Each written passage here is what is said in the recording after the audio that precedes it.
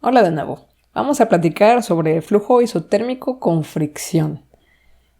Estamos en la unidad de flujo compresible y esta ecuación de aquí arriba es la versión diferencial de la ecuación de Bernoulli. Voy a sustituir el término de fricción, que es relevante en este caso. Las observaciones que vamos a tomar en cuenta para la simplificación de esta ecuación para poder trabajar con ella son las siguientes.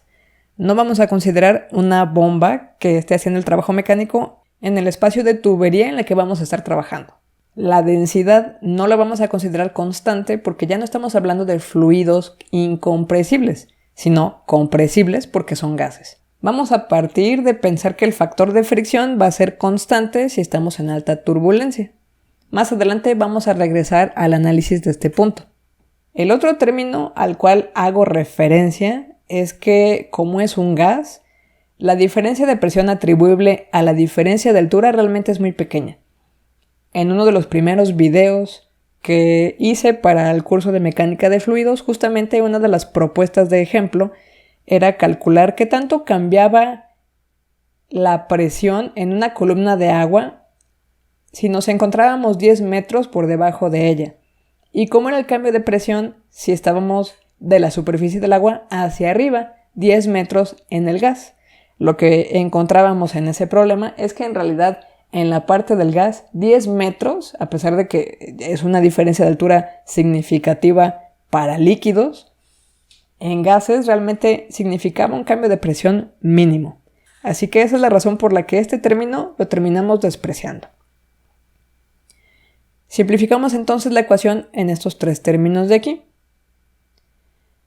Lo que vamos a buscar es que esta ecuación sea lo más sencilla de trabajar posible y por lo tanto voy a tratar de acercar los términos de aquí para que sean las menos variables posibles, y con esto en mente voy a tratar de insertar la G, que es una constante en área constante, en algunos de estos elementos. Para ello multiplico toda mi ecuación por densidad al cuadrado. Cuando la multiplico por densidad al cuadrado, aquí ya se ve que voy a tener el término de G cuadrada, y el término de densidad en este primer elemento me queda como numerador. Este término de densidad lo voy a sustituir por la expresión de gases ideales si trabajo a bajas presiones, para que entonces todo este término quede en función de presión. En este segundo término, para poder obtener una G, necesito que de hecho aquí diga velocidad al cuadrado. Esta velocidad al cuadrado se obtiene multiplicando todo por b y dividiendo por b, que es el término que termino agregando aquí para la integral. Y bueno, como ya había comentado, este término de aquí se va a terminar convirtiendo en una g al cuadrado. Al integrar esta expresión, me queda esta de aquí abajo, donde aparece una resta de presiones al cuadrado, un logaritmo natural y un término muy simple.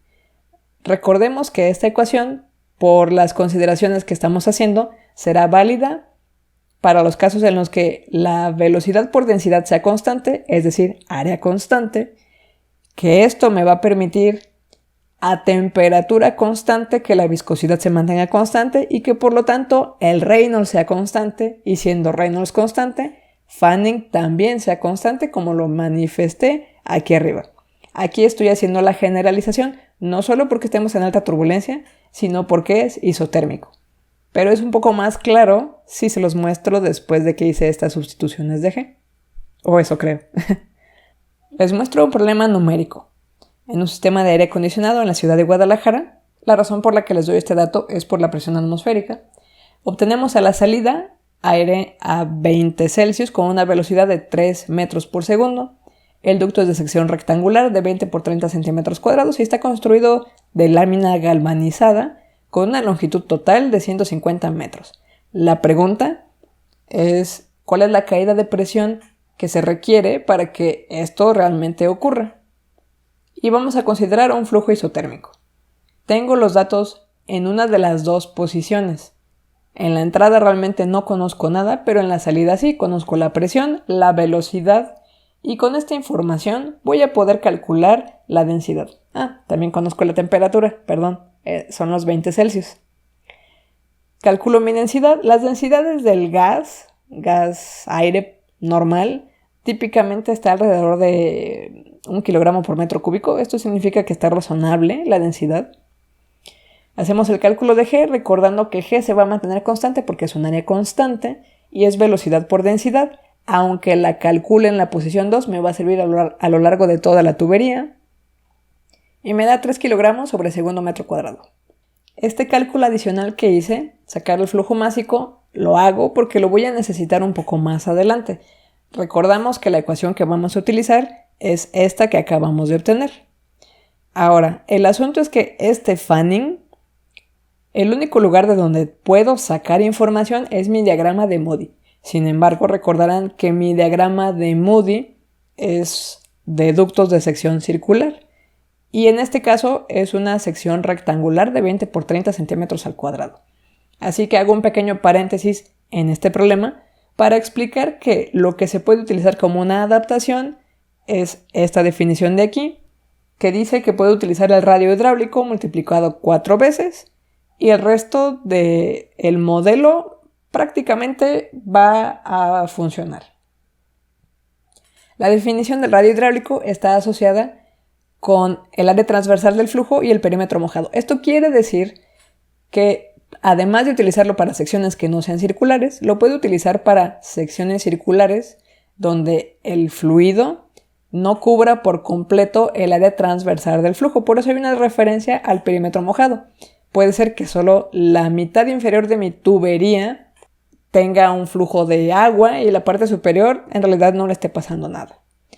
Para que puedan evidenciar que esta adaptación aplica más o menos en todos los casos, hago el ejemplo de una sección circular llena. Si es una sección circular llena, el área transversal del flujo es la del círculo y el perímetro mojado es el perímetro de un círculo. Esta simplificación de estos términos me da que el radio hidráulico es diámetro sobre 4. Si yo sustituyo el diámetro sobre 4 aquí y lo multiplico por 4, me va a dar la misma expresión de Reynolds de toda la vida para una sección circular, así que no hay ningún cambio. Para mi ejemplo particular, es una sección rectangular, así que el área transversal es base por altura y el perímetro mojado son las dos sumas de la base por altura. Calculamos el Reynolds obteniendo un dato adicional de viscosidad del aire. Recordando que la expresión de Reynolds es 4 veces el radio hidráulico por la velocidad por densidad, que ahora se llama G, y que habíamos quedado que su valor numérico era 3 kilogramos sobre segundo metro al cuadrado, obtenemos un Reynolds de 3.89 por 10 a la 4. En este caso, como en realidad es una sección rectangular razonablemente grande, podemos, aunque no busquemos el dato de la lámina galvanizada, asumir que el epsilon sobre diámetro, o 4 radios hidráulicos, va a ser más o menos 0. Este ajuste lo podemos hacer cuando se trata de tuberías muy grandes. Imagínate la tubería de un colector. Bueno, una tubería así de grande comparada con las tuberías de los ejemplos anteriores que han sido de 8 centímetros de diámetro, 10 centímetros de diámetro, lo consideramos como razonablemente lisa. Revisando estos datos en el diagrama de Moody nos da un fanning más o menos de 0.022 y entonces regresamos a la ecuación de Bernoulli que estamos aplicando. Tendremos que hacer un ajuste, aquí aparece el diámetro, ahora se llama 4 veces el radio hidráulico. Sustituyendo los valores nos encontramos con que hay un problema adicional. Yo necesito despejar presión, pero aquí tengo una variable diferente, la variable de velocidad. ¿Qué puedo hacer para no tener que trabajar con ecuaciones simultáneas? Bueno, recordemos que vamos a trabajar con gases ideales y que G es constante, así que la velocidad 1 por la densidad 1 es igual a la velocidad 2 por densidad 2.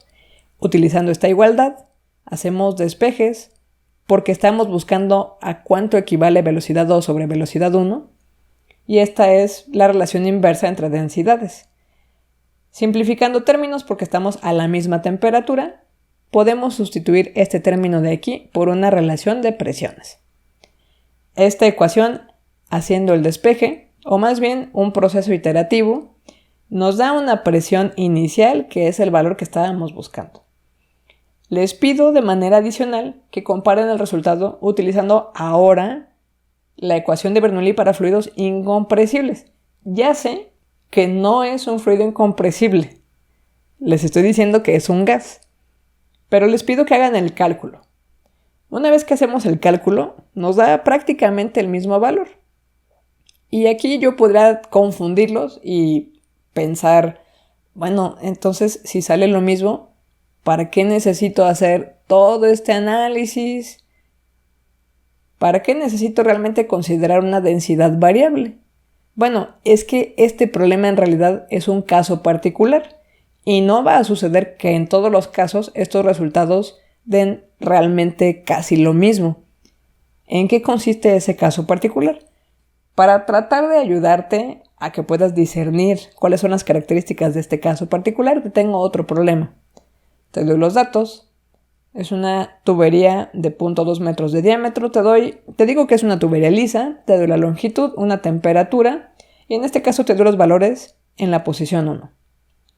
Probamos la ecuación de incompresibles y bueno, te voy a dar unos cuantos instantes viendo esto en la pantalla, pero lo que te sugiero es que de hecho les pongas pausa a cada una de mis explicaciones y trates de resolver los problemas tú mismo y solo hasta que no lo logres o hasta que termines, veas las soluciones. En este caso, resulta que la presión que se obtiene como una presión aquí será una presión negativa en absolutos, lo cual significa que es imposible. Entonces, ¿qué es lo que esto nos quiere decir? Básicamente, cuando tenemos gases en baja velocidad. ¿Qué significa baja velocidad? El enunciado que yo les di aquí decía que viajaba a 3 metros por segundo. Un gas que viaja a 3 metros por segundo realmente no está viajando a gran velocidad. Ok, entonces si es un gas a baja velocidad, quiere decir que está provocando fricciones pequeñas y esto derivará en una caída de presión menor. Y el término en el que está asociado el cambio de presión es el de densidad, así que este cambio completito se va a volver no tan gravoso. De manera que va a ser más o menos constante y el valor numérico, si utilizaras la ecuación para incompresibles o compresibles, más o menos va a cuadrar. En este segundo problema, en el que te doy una velocidad considerablemente mayor que en el primero, 150 metros por segundo, lo esperable es que ya no funcione utilizar la ecuación para incompresibles.